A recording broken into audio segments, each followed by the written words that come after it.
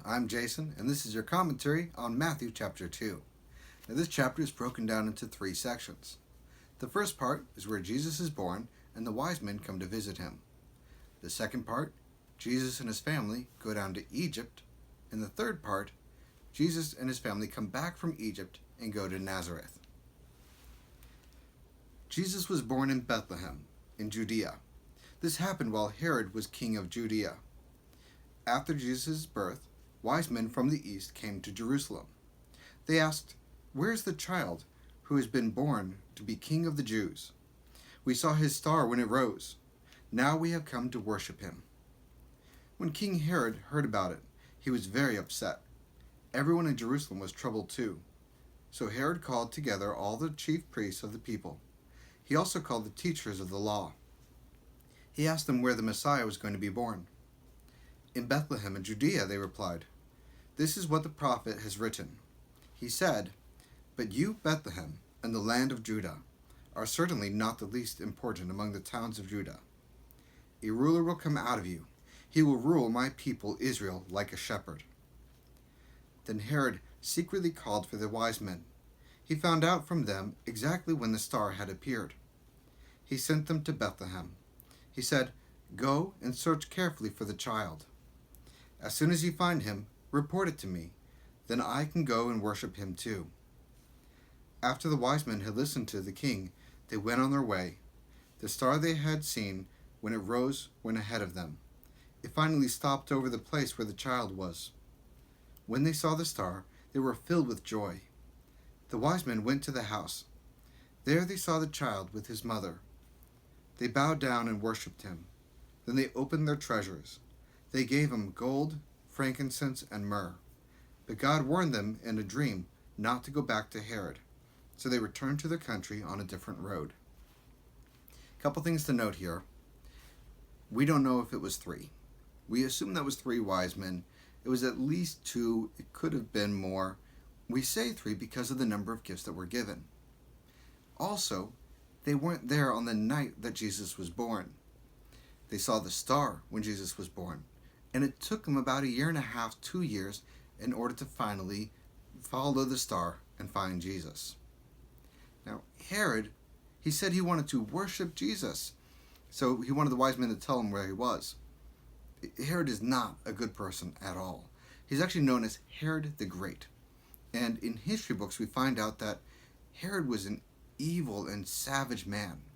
He killed many of his own family, including his own wife, her grandfather, her brother, even several of his own children. Herod was such an evil man that he assassinated a large number of the Sanhedrin at one time. He wiped out a lot of the Jewish nobles at the time. So Herod is going to do something very, very evil. He wants to wipe out all of the babies in the area from 2 years and under.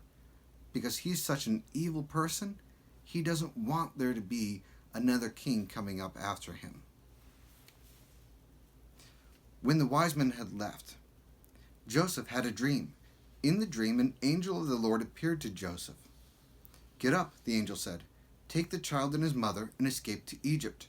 Stay there until I tell you to come back. Herod is going to search for the child.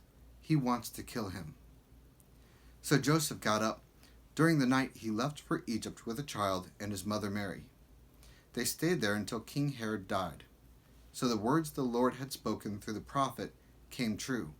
He had said, "I brought my son out of Egypt." Herod realized that the wise men had tricked him, so he became very angry. He gave orders about Bethlehem and the area around it. He ordered all the boys 2 years old and under to be killed. This agreed with the time when the wise men had seen the star. In this way, the words Jeremiah the prophet spoke came true.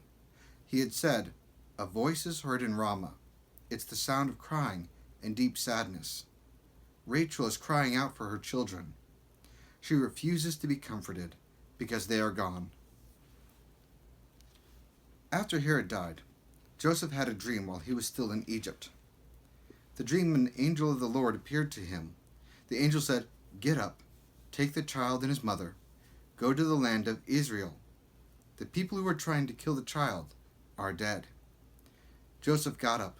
He took the child and his mother Mary back to the land of Israel. But then he heard that Archelaus was king of Judea. Archelaus was ruling in place of his father Herod. This made Joseph afraid to go there. Joseph had been warned in a dream, so he went back to the land of Galilee instead. There he lived in a town called Nazareth. So what the prophets had said about Jesus came true. They had said that he would be called a Nazarene. So in this one chapter, you actually have multiple prophecies being fulfilled.